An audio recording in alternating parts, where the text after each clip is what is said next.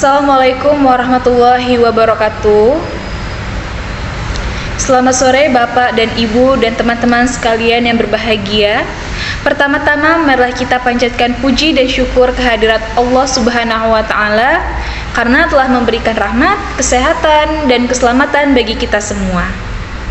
Di sini kami dari kelompok 2 ingin memaparkan hasil diskusi kami yang berjudul Administrasi Pemerintah Daerah. Perkenalkan, nama saya Atalia Terani yang akan bertugas sebagai moderator pada hari ini dan saya akan membimbing jalannya diskusi pada sore hari ini. Adapun anggota kelompok kami adalah yang pertama Anggi Adika, yang kedua Ella Sabila Putri, yang ketiga Erinda Sari, yang keempat Ayu Suci Oktavia, yang kelima adalah Yesta Arnita. Adapun susunan kegiatan diskusi kami adalah yang pertama pembukaan, yang kedua penyampaian dan penyajian materi, yang ketiga sesi tanya jawab, dan yang terakhir adalah penutup. Baiklah teman-teman, langsung saja kita mulai ke sesi yang pertama adalah pembukaan. Marilah kita mengucapkan basmalah. Bismillahirrahmanirrahim. Selanjutnya adalah penyampaian materi atau penyajian materi. Baiklah, di sini saya akan menjelaskan materi yang pertama yang berjudul Prinsip Desentralisasi atau Otonomi Daerah. Prinsip otonomi daerah tertuang dalam pasal 18 Undang-Undang Dasar Negara Republik Indonesia tahun 1945. Lebih tegas dituangkan dalam penjelasannya yang menyatakan bahwa oleh karena negara Indonesia itu suatu Einheitsstaat, maka Indonesia tak mempunyai daerah di dalam lingkungan yang bersifat sehat juga, stat juga. Daerah Indonesia akan dibagi dalam daerah provinsi, daerah provinsi yang akan dibagi pula dengan daerah yang bersifat otonom atau daerah bersifat administrasi belaka. Semua menurut aturan yang akan ditetapkan dengan undang-undang di daerah-daerah yang bersifat otonomi yang akan diadakan Badan Perwakilan Daerah. Oleh karena itu di daerah pun pemerintahan bersendi atas dasar permusyawaratan.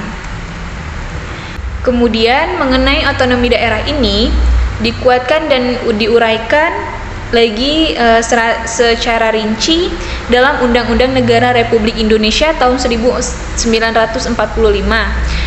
Hasil perubahan penguatan ini berkaitan dengan prinsip-prinsip negara kesatuan dan prinsip otonomi daerah yang tidak bisa dipisahkan sebagaimana tercermin dalam keterkaitan antara pasal 1 ayat 1 Undang-Undang Negara Republik Indonesia tahun 1945 dan pasal 18 Undang-Undang 1945 baik sebelum maupun sesudah perubahan. Dengan demikian dapat disimpulkan antara lain bahwa kerangka NKRI dan memperhatikan tujuan pemberian otonomi kepada daerah, maka penyelenggaraan otonomi daerah oleh pemerintah daerah merupakan subsistem dari sistem pemerintahan negara. Hal ini khususnya terkait dengan kekuasaan eksekutif yang diselenggarakan oleh pemerintah pusat, pemerintah daerah sampai pemerintah desa. Tiap-tiap tingkatan pemerintah desa, tiap tingkatan pemerintahan tersebut diberi kekuasaan sesuai dengan kewenangannya. Baiklah, sekian dari penjelasan dari saya. Materi selanjutnya akan dijelaskan oleh Ella Sabila Putri. Kepada Ella, kami persilahkan. Assalamualaikum warahmatullahi wabarakatuh. Perkenalkan, nama saya Ella Sabila Putri, NIM 1911139. Di sini saya akan meneruskan penjelasan materi dari teman saya, di mana saya akan menjelaskan materi yang kedua, yaitu ciri-ciri daerah yang berotonomi.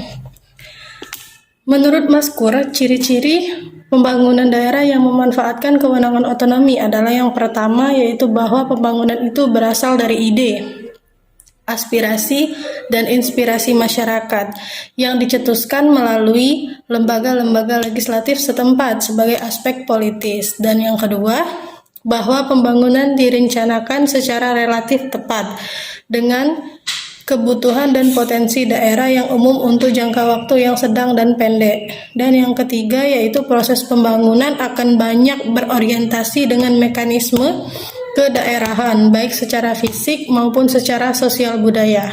Yang keempat yaitu proses pembangunan dilandaskan kepada peraturan daerah sebagai aspek legalitas dan berlandaskan aspek hukum pusat dan daerah sebagai aspek unitorities.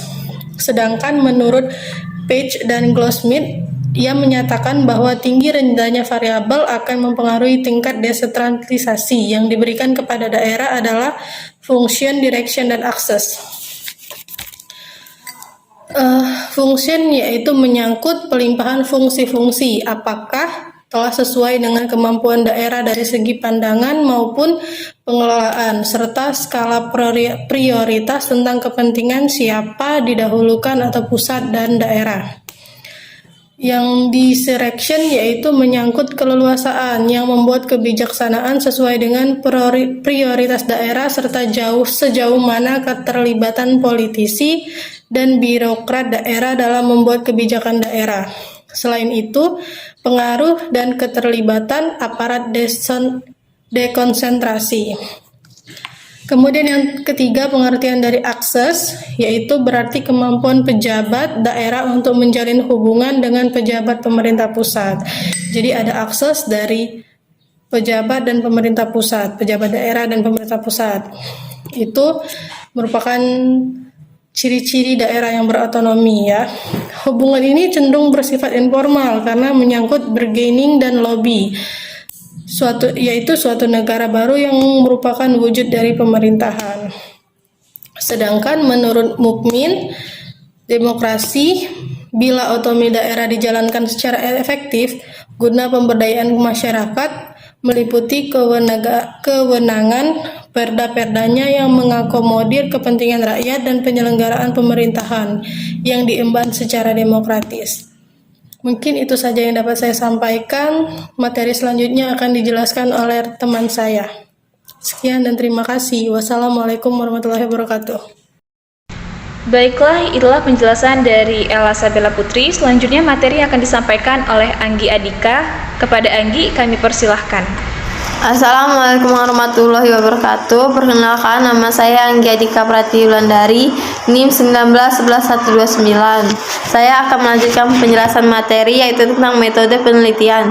Penelitian ini dilaksanakan dengan studi kepustakaan. Studi kepustakaan adalah kegiatan untuk menghimpun informasi yang relevan dengan topik atau masalah yang menjadi objek penelitian. Informasi tersebut dapat diperoleh dari buku-buku, karya ilmiah, disertasi, ensiklopedia, internet, dan lain-lainnya. Dengan melakukan studi kepustakaan, penelitian dapat memanfaatkan semua informasi dan pemikiran-pemikiran yang relevan. Dengan penelitiannya membahas tentang penyelenggaraan fungsi pemerintah daerah.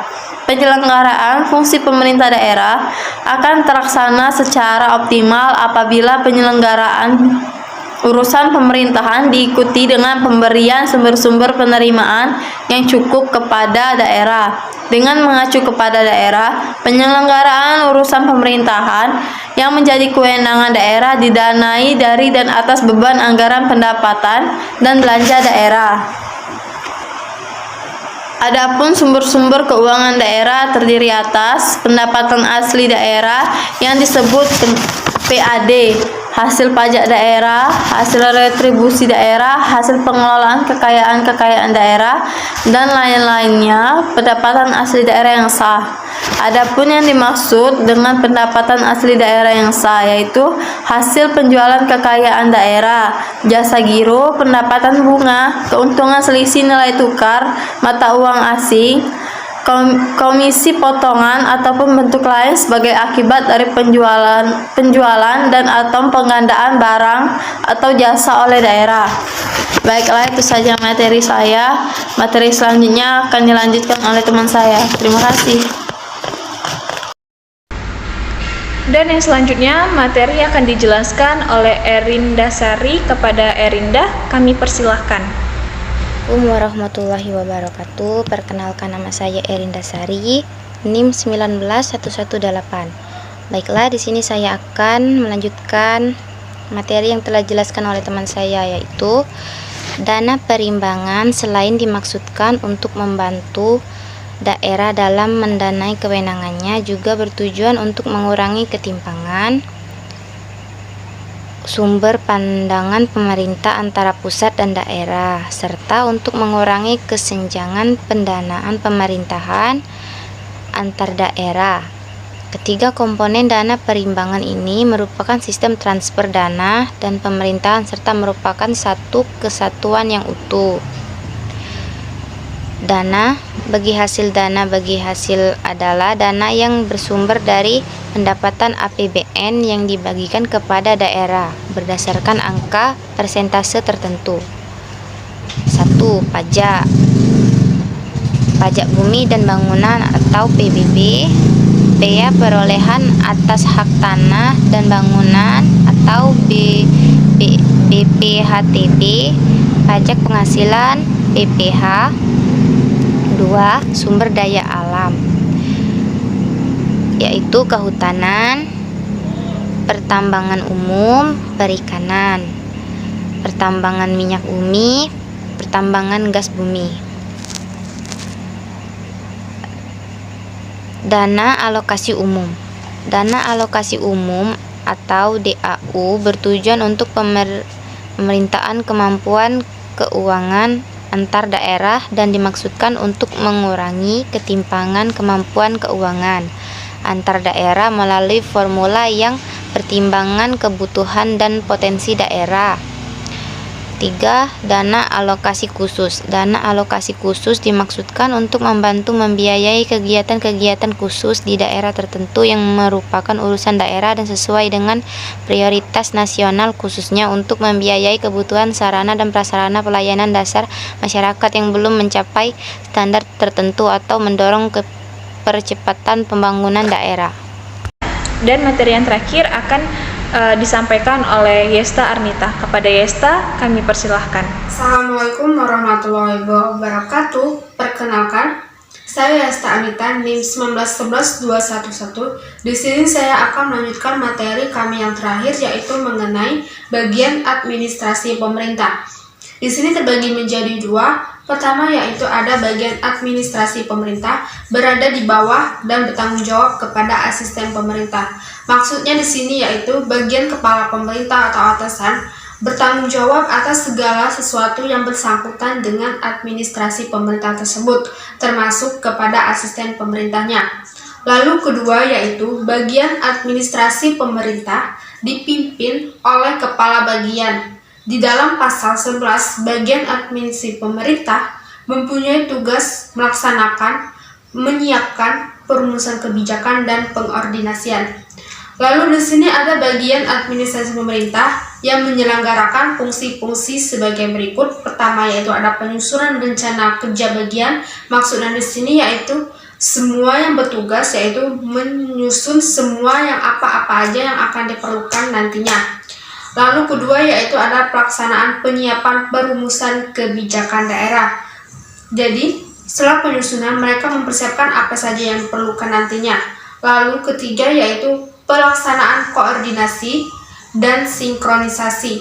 Koordinasi yaitu untuk memberikan satu ketindakan dan sinkronisasi yaitu mengatur jalannya tugas-tugas tersebut. Lalu keempat yaitu pelaksanaan pembinaan administratif.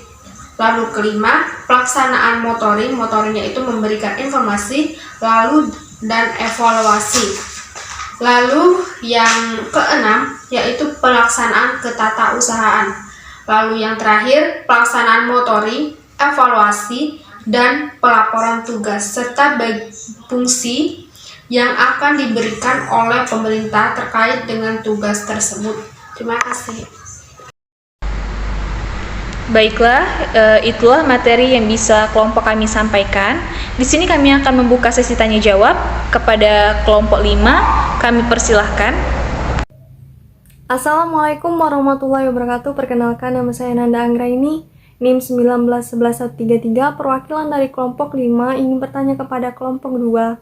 Mengapa perlu adanya penyelenggaraan pemerintahan daerah?